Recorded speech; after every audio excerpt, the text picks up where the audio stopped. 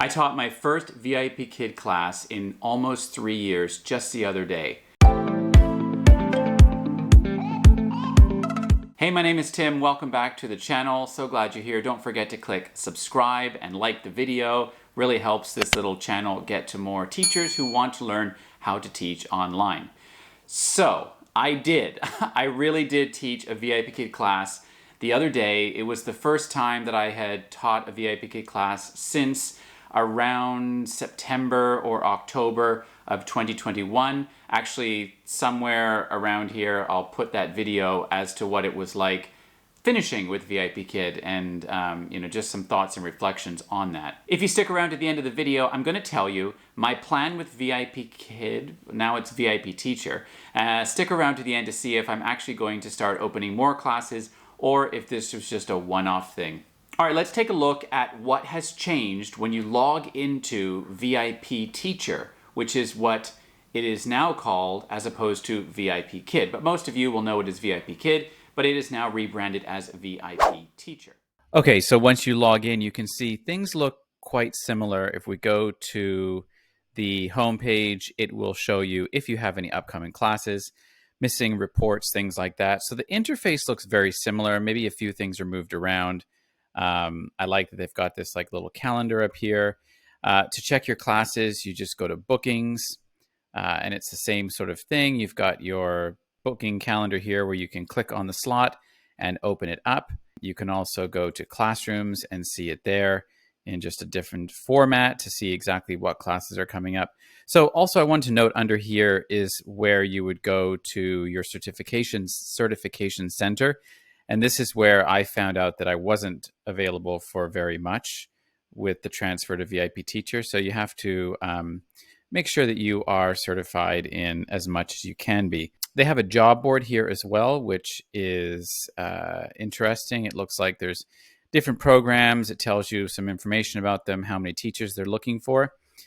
Learning community is all about sort of professional development. And then if you go to teacher profile, you will be taken into your teacher profile. So this is where you can update your photo, your video. So yeah, and you can also upload a demo here. That's new.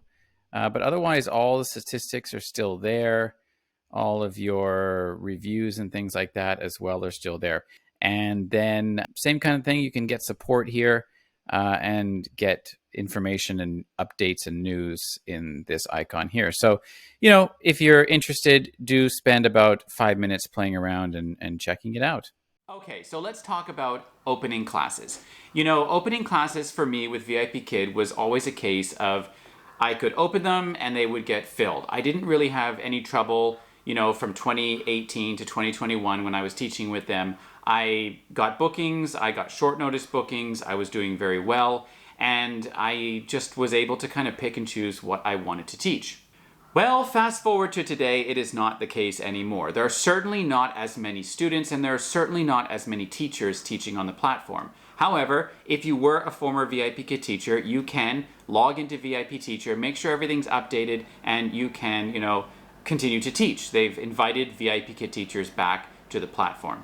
So what happened with me is I started opening slots around January just for the fun of it. I just wanted to see what it was like to teach with them again. I heard teachers getting bookings. I heard teachers not getting bookings. I thought, what the heck? I have a channel all about online companies, independent teaching. Let me just teach a class and let me see what it's like. So I opened up lots of slots and I got nothing.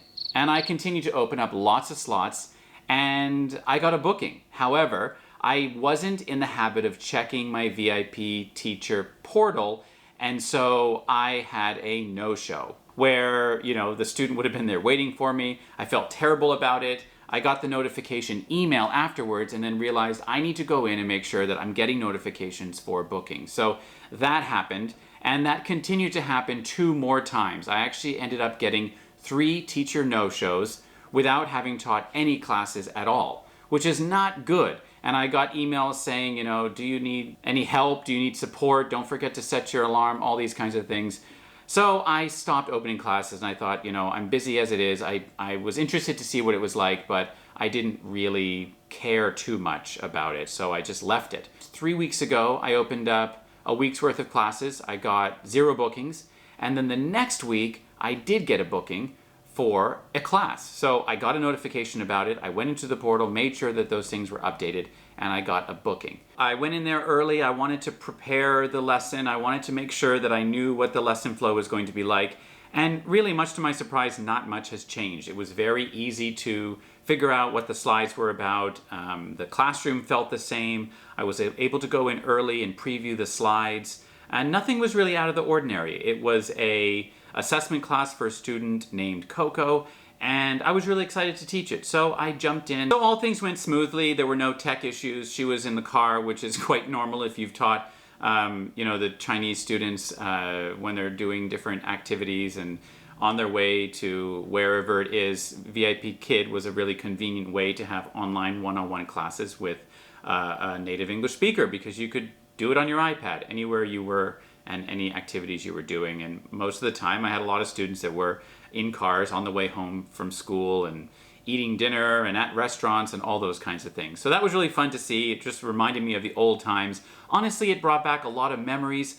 I was really nostalgic of my days at VIPKid, and I kind of missed it. Like, do I miss the money that VIPKid paid? Not at all, because as I'll show you in a second, this class did not pay very much at all compared to what I make with my independent students.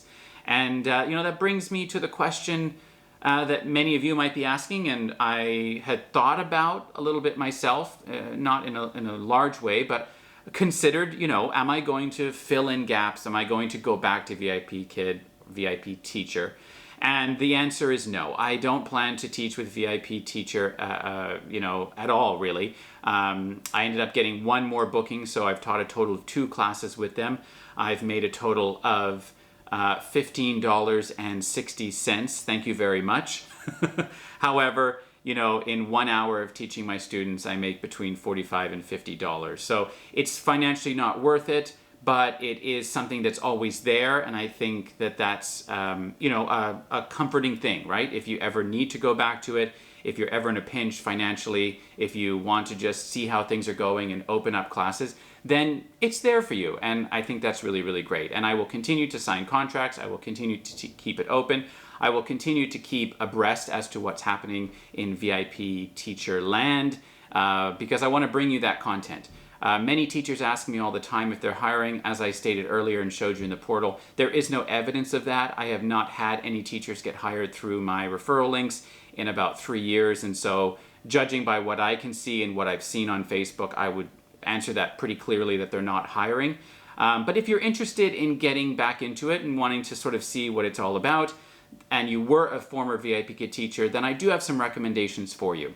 So first and foremost, I would go in and I would update your profile. That video, those photos are probably from several years ago. I would go in, update your profile, update your video, take some new photos, update your bio, and just give your profile a fresh look.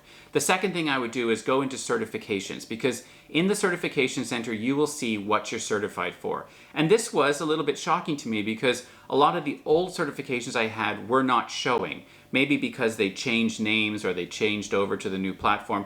I had to recertify for a lot of things. So I would definitely recommend you go in there and make sure that you are getting certified for everything that you can and everything that you're able to get certified for. And the third thing I would do is make sure that you open up lots of slots, as always, but make sure that you have notifications turned on and that you can sync that with your calendar. And there is an option in VIPTeacher to sync your bookings with your calendar. And so that's a really great feature, and I think that will just help you not miss any classes, especially if you're out of the habit of checking and going in there and sort of, looking to see if you've got bookings, because I know I certainly was not in the habit of it. I just thought that I would maybe get a booking, get an email about it, and I would just jump in and teach. But no, I had 3 teacher no-shows.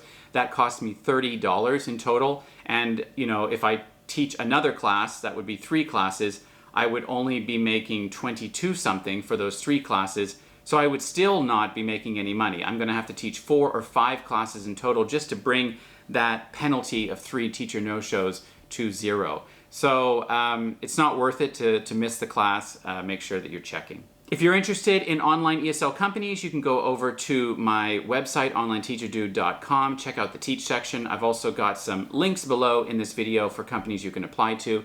And I have a running webinar called The 3 Secrets to Launching and Growing Your Online Teaching Business. It's completely free to join, and I would love to see you there. You can find the link for that in the description of this video. Thanks for watching, everyone. Take care, happy teaching, and I will see you in the next one.